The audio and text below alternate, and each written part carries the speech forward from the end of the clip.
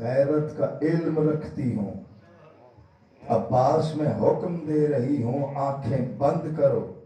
غازی نے آنکھیں بند کی ہیں، ایک ہاتھ پکڑا غازی کا قبر نبی پر رکھا اور اپنے سر سے چادر ہٹا کر دوسرا ہاتھ کھلے بالوں پر رکھا اور رو کر کہا عباس آنکھیں نہ کھولنا، مجھے اتنا بتا تیرے دونوں ہاتھ کہاں ہیں؟ کہتا ہے اماں ایک قبر نبی پر ہے، دوسرا ماں کے کھلے بالوں پر ہے۔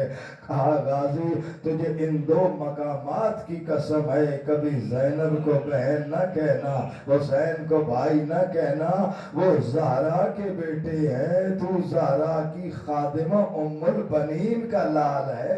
جزاک اللہ جزاک اللہ۔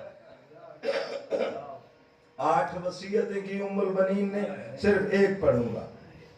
8 وصیتیں ام البنین کی، ان 8 میں سے صرف ایک وصیت پڑھوں گا۔ عباس جی اماں یہ آل محمد کا قافلہ صرف تیرے آسرے پر جا رہا ہے۔ عباس تجھے تہجد کی نمازوں میں نے نہیں زہرا نے مانگا ہے۔ عباس تو علی کی دعاؤں کا نتیجہ ہے، اپنی ذمہ داریوں کو یاد رکھنا۔ غازی جنگلوں صحراؤں میں تیرے ہوتے ہوئے کبھی علی کی بیٹیاں خوف زدہ نہیں ہونی چاہیے۔ اور عباس میری وصیت یاد رکھو جی اماں، عباس اگر کسی موقع پر تجھے زینب سے کچھ مانگنے کی ضرورت پڑ جائے تو زینب کے سامنے اس طرح جانا کہ تیری نگاہیں زمین پر ہوں، زینب کے پیر بھی تجھے نظر نہ آئے۔ وہ چادر تطہیر کی، جزاک اللہ زادہ رو، وہ چادر تطہیر کی وارث ہے۔ یہ وصیت کی مدینے سے کربلا تک ہر جگہ عباس یہ سوچتا رہا کہ میں تو آقا زادی کی نوکری دے رہا ہوں، میں نے مانگنا تو کچھ ہے نہیں، اماں نے یہ نصیحت کیوں کی ہے سمجھ میں نہیں آ رہا، میں تو ڈیوٹی دار ہوں، آقا زادی کی نوکری دے رہا ہوں۔ وقت گزرتا گیا، قافلہ کربلا آیا، عاشور کا دن گزرا۔ جب عاشور کا دن آیا نا عزادارو، 9 مرتبہ غازی حسین کے پاس آیا ہے، مولا اجازت دے دو۔ آخر حسین نے کہا غازی تیری اجازت میرے پاس نہیں ہے، اگر موت کی اجازت مانگنی ہے تو زینب کے خیمے میں جاؤ، تیری اجازت زینب کے پاس ہے۔ اس وقت غازی کو یاد آیا کہ اماں نے کہا تھا جب زینب کے سامنے جاؤ نگاہیں زمین پر ہونی چاہیے۔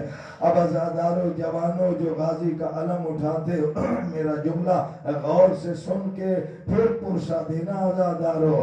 عباس چلا ہے، سامنے جناب عالیہ کا خیمہ ہے، قریب پہنچا، غازی نے جھکنا شروع کیا۔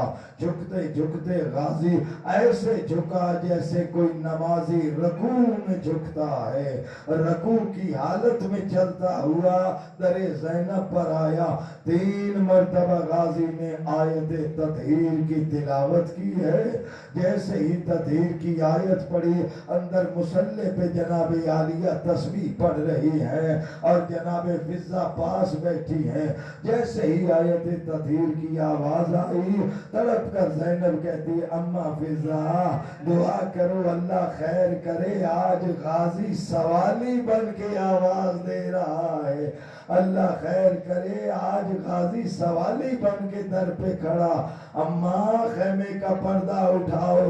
فضہ نے پردہ اٹھایا، عالیہ جناب دروازے پر آئی، سامنے دیکھا رکوع میں جھکا ہوا عباس، نگاہیں زمین پر ہیں، غازی کی داڑھی کے نیچے زینب نے ہاتھ رکھے ہیں، ہاتھ رکھ کر کہا میرا ہاشمیوں کا چاند عباس، اور میری چادر کا نگہبان عباس، اور میرے پیاسوں کا آسرا عباس، اور سارے بنی ہاشم کا شیر عباس، غازی تیرا جھکا ہوا سر زینب کو برداشت نہیں ہے، عباس سر اٹھا زینب کا کلیجہ پھٹ جائے گا۔ غازی کہتا ہے آقا زادی معافی مانگتا ہوں،